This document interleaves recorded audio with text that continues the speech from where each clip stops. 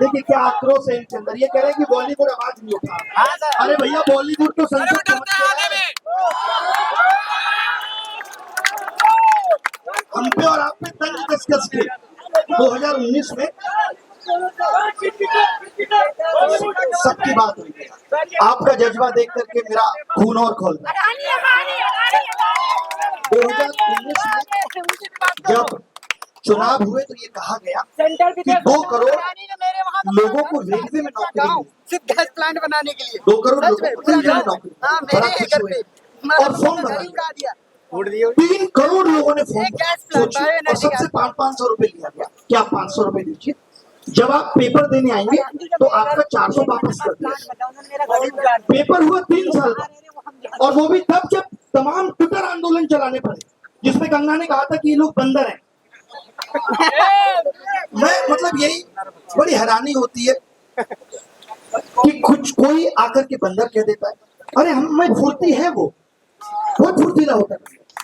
तुम हमें जमीन से उठा लोगे, हम पेड़ पेड़ पे चल के भागते रहेंगे। सीजीआई साहब का जब कि कॉकरोच है इस देश का, कॉकरोच तो गंदगी में ही होता है और तुमने उस सिस्टम को इतना गंदा बना दिया कि कॉकरोच तो आना ही। क्या बात है सर, तुम जिम्मेदारी इसकी।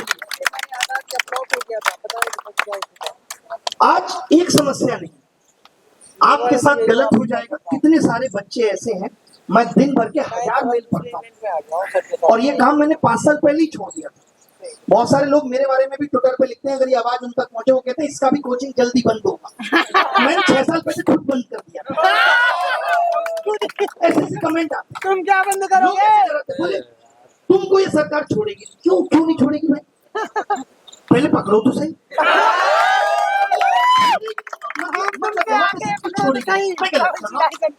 अगर पेपर लीक हो रहा है, सरकार नहीं देख पा रही ना, बच्चों की आंखों में मरते हुए सपने तुम्हें देख रहा हूँ, मेरे पढ़ाने की सार्थकता क्या है? मैं क्यों पढ़ाऊं? मैं आपको पढ़ा के, यानी जो काम सरकार कर रही है वही मैं करूं कि आपके साथ गलत होता रहे, बस मुझे पढ़ाने से मतलब है, मैं अपना काम करूं। कौन कर रहे हैं अपना काम? वित्त मंत्री करिए अपना काम, तभी महंगाई घाटे पहुंच गई। शिक्षा मंत्री कर रहे हैं अपना काम, नहीं कर रहा कोई। चले जाते। शिक्षा उनके ट्विटर से लेकर के जिंदगी में कई कोने में पड़ी। वो तो अब इतना प्रेशर बनाए तो 1-2 इंटरव्यू देने लगे, उसके लिए भी उनको अच्छा स्क्रिप्ट राइटर रखना चाहिए। उलझुल बातें करते हैं कि दहशतगर्दों की बेटी, दहशतगर्दों के बेटे। मैं ये मान रहा हूँ, मुझे इससे खुशी हुई कि कम से कम उनके अंदर दहशत तो आई। आई तो सही, बोलने में मजबूर तो हुए। ये जो इस्तीफे वाली बात है, बहुत लोग क्या इस्तीफा क्यों? अरे हम ये चाहते हैं कि इस चीज का शुभारंभ हो। क्या लगता है कि अभी हम धर्मेंद्र प्रधान का इस्तीफा मांग रहे हैं? एक बार दो तो सही, फिर हमारी लिस्ट बहुत लंबी है। हमारी लिस्ट बहुत लंबी है, बहुत लोगों से यही तो नहीं हो रहा है, नहीं कर रहा इसलिए।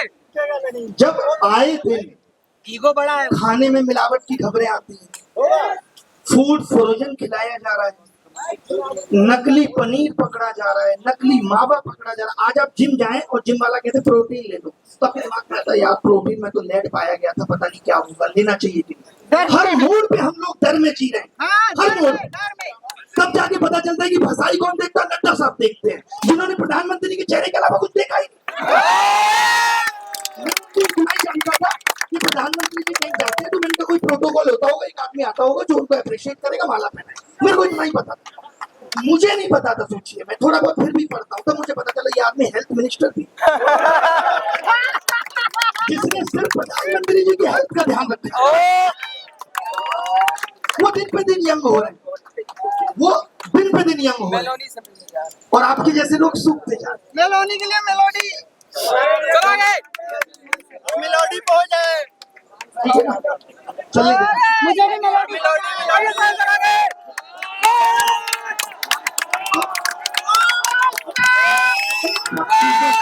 मैं बस एक चीज पूछना चाहता हूँ, इसलिए विपक्षी लाचारी को भी समझिए।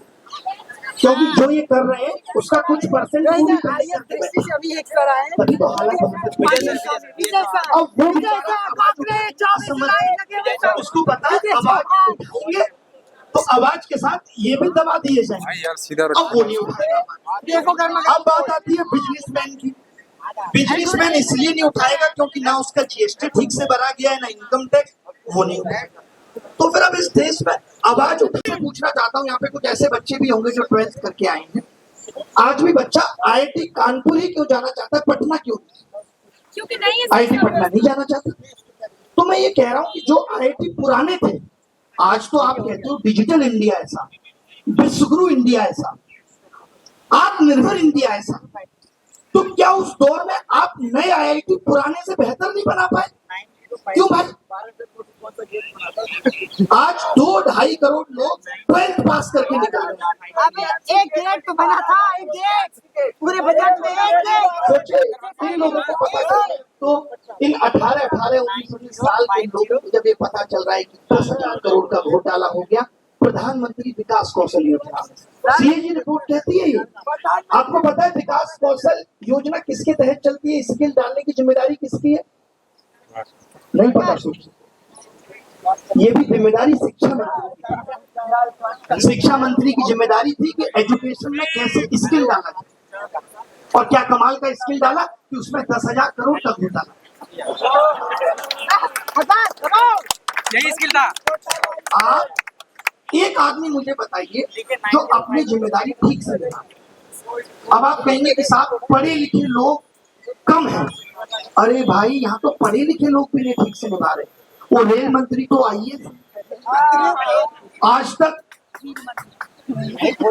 रेल लाइन पे नहीं आ पाई, आए दिन घटना आ जाती है। ये जो चल रहा है कि शिक्षा मंत्री इस्तीफा दो, तो लोग कहते हैं क्या हो जाएगा इस इस्तीफा देने से? अगर आप ये सोच बना लेंगे ना कि क्या हो जाएगा, तब तो कुछ नहीं, किसी से कुछ नहीं होगा। नीट पेपर देने से ही क्या हो जाएगा? डॉक्टर बन जाएंगे ना। डॉक्टर बनने से ही क्या हो जाएगा? 10 साल नौकरी कर लेंगे। नौकरी करने से क्या हो जाएगा? शादी हो जाएगी, बच्चे हो जाएंगे। एक दिन तो आपको चले ही जाना, यही सोच लीजिए। कुछ नहीं होगा। अगर किसी चीज से कुछ होगा ही नहीं, ये सोच लिया जाए।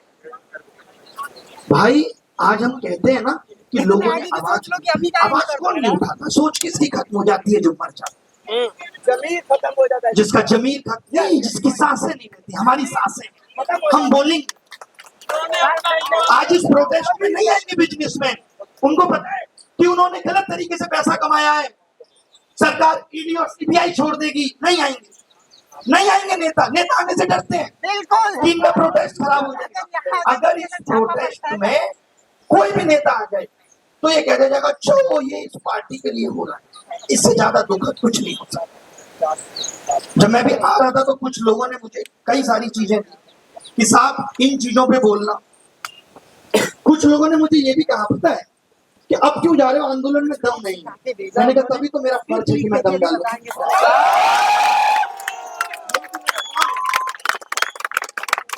अगर युवाओं की बात हो रही है, अगर मुद्दों की बात हो रही है, अगर उन चीजों की बात हो रही है जो देश का भविष्य है, जिससे भारत एक विकसित नेशन बनेगा, राष्ट्र का निर्माण है। आज लोगों को क्या प्रॉब्लम है? ये जेन जी जनरेशन अजीबोगरीब करती है। ये वो जनरेशन आपको अजीबोगरीब लगती है। और ब्लिंकिट कैसा लगता है? 8 मिनट में नारियल का पानी आपके सर के ऊपर फेंक के मार देगा। मतलब आप इस जनरेशन की अच्छी चीजों को स्वीकार करेंगे नहीं, और ये जनरेशन में आपको कमियां दिख रही हैं। अरे इसका अंदाज है, इसका अंदाज है इस तरीके से रिप्रेजेंट करना अपने आप को। अच्छी बात है, आज से पहले आंदोलन होते थे तो वही लोग पहुंचते थे जो प्रभावित होते थे। मैं खुश हूं इस जनरेशन से कि जो प्रभावित नहीं है, लेकिन उतना दूर का सोच पा रही है कि कल को हमारे लिए भी दिक्कतें हों। सही बात, तो ये अच्छी बात है, ये खूबसूरत है। लोग एक्सेप्ट नहीं कर पा रहे, बात की इस जनरेशन को एक्सेप्ट नहीं कर पा। कुछ लोग एक वीडियो जारी कर देंगे कि ये एलजीबीटी आंदोलन में क्यों आ गए? देश के नागरिक नहीं है, उनको वोट देने का अधिकार नहीं है।